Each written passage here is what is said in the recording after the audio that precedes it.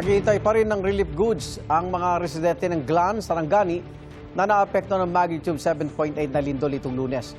Pahirapan po kasi ang pagdadala ng tulong doon dahil sa mga nasirang kalsada. Nangako naman si Pangulong Bongbong Marcos na kabilang sila sa hahatiran ng assistance ng gobyerno. May unang balita si Maki Pulido. Mula sa ere, kita kung paanong nabali ng magnitude 7.8 na lindol ang Sapu-Masla Bridge sa Malapatan, Sarangani. Sa aerial survey ng PHIVOLCS, kita rin ang pinsala sa dike at mga gumuho o di kaya'y tumagilid na bahay. Para makabiyahe na ang mga sasakyan hanggang sa bayan ng Glan, target na maayos ang kalsadang nabiyak at tila hiniwa-hiwa ang semento. Dahil ginagawa na raw ng DPWH yung portion ng highway na nagkabiyak-biyak ay pinagbabawalan dumaan kahit na mga tao, hindi lamang mga sasakyan. So para makarating tayo, lampas nun, para malampasan natin, kailangan sumakay tayo ng bangka. Nagdeklara na ng state of calamity ang buong lalawigan ng Sarangani para magamit ang emergency funds at mapabilis ang relief efforts. Tulong na kailangan ng maraming biktima ng lindol. Gaya ni Julito na sa gilid ng kalsada muna natutulog matapos sirain ng lindol ang kanilang bahay. Hintay pa rin ang tulong. Wala mang matulong pa na tanggap namin. Pagkain at saka tubig. Walang mainom. 3 araw na ring naghihintay ng kahit kaunting tulong si Ronald Zubel. Gustuhin mang kumita, wala namang nag-aarkila ng kanyang bangka mula ng lumindol. Sa oras na maubos ang kanilang 5 kilong bigas, wala na raw siyang maipapakain sa 3 niyang anak. Lapit na maubos, ma'am. Kunti na lang. Yan na ang problema, may kasi hindi kami kamanap buhay kasi ganito ngayon, ma'am. May lindol, wala namang trabaho. Importante lang, ma'am. Bigas lang, ma'am. Saka tubig. Yan lang, ma'am. Sumtulugan ng anak namin. Sabi ng lokal na pamahalaan ng Glan, pahirapan talaga ang pagdating ng relief goods, kaya't hinihintay nilang maayos ang kalsada para mapabilis ang pagdating ng tulong. Sa mga naghihintay ng tulong, naiintindihan namin sa humingi lang kami ng pasyensya. Kami gusto talaga namin makarating agad. Pero naiintindihan naman natin na hindi talaga natin mapabilis kasi yung daan wala. Pati matitirhan, malaking hamon para sa maraming biktima ng lindol. Nasa 20 bahay yung dating nakatirik sa gilid ng bundok na ito dito sa bayan ng Glan sa probinsya ng Sarangani. Pero dahil dun sa lindol, sira na lahat ng mga bahay. Itong bahay nga na ito nahulog na dun sa gitna kung saan nabiyak yung lupa. Dito dati nakatira ang pamilya ni Maricel Poncardas. Hindi po namin alam, ma'am, kung ano yung mangyayari kasi wala naman kaming mapupuntahan. Dito lang kami naninirahan sa wala rin kaming sariling lupa kasi. Bahala na po ang Panginoon.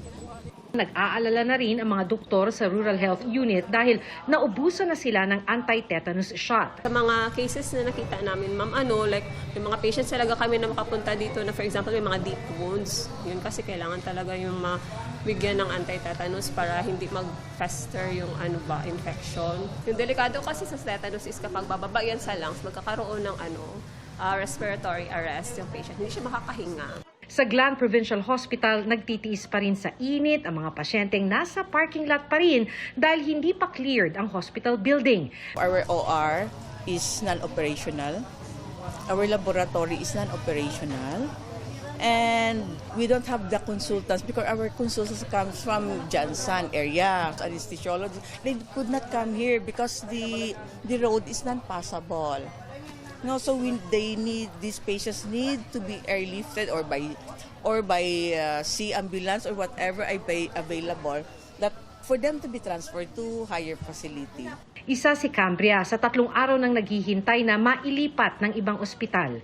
May malalim na sugat siya sa ulo at dislocated din ang kanyang kanang paa matapos madaganan ng pader nang tumama ang lindol. Mahirap talaga, ma'am. Pero tiniis ko na lang ang hirap para madala ako sa ospital. Isang Sarangani sa mga pinangakuan ni Pangulong Bongbong Marcos ng tulong sa kanyang pagbisita sa General Santos City. Ayon sa Pangulo, 50,000 pisong tulong ang matatanggap ng mga namatayan sa lindol. Those areas naman na hindi kayang pasukin ng mga sasakyan para sa mga engineer natin, para sa mga magbubuo ulit ng mga sistema natin, ay yung relief goods, nakapag-deliver na tayo, nag-helicopter na tayo, places like Glan, na ang hindi pa hanggang ngayon walang road passages. Isa sa mga binisita ng Pangulo ang napinsalang outpatient facility building ng St. Elizabeth Hospital. Kita pa mga gumuhong semento mula sa pader ng gusali na nagtamo rin ng mga malalaking bitak kaya di na raw mapapakinabangan. Nagpunta rin ang Pangulo sa Romana at Charon Integrated School sa Barangay Kalumpang at sa General Santos City National High School. Yung mga engineer ay papasok na para i-assess kung ano ba yung parte ng building na pwede pang gamitin, ano yung hindi na talaga pwede. Kailangan pabagsakin yung buong building, mabigyan tayo ng impormasyon tungkol dyan. Ayon sa DepEd, mahigit 1,000 pampublikong paaralan sa 5 rehiyon ang nagtamo ng pinsala dahil sa magnitude 7.8 na lindol. Nauna nang iniutos ni Pangulong Bongbong Marcos na suspendido until further notice ang klase sa lahat ng antas sa mga apektadong lugar sa Mindanao. Mahirap sabihin, no? Kasi sa Gensan pa lang ang napupunta at yung Kalatig Bayan. Yung mga malalayong lugar hindi pa nga naaabot. So nag-a-assess pa tayo ng damages sa ibang lugar, sa ibang classrooms. Pero mukhang tatagal din to ng ilang buwan dahil nasa evacuation centers din yung iba. Yung iba walang mauwian, so pati teachers damay dito. Ito ang unang balita, Maki Pulido, GMA News.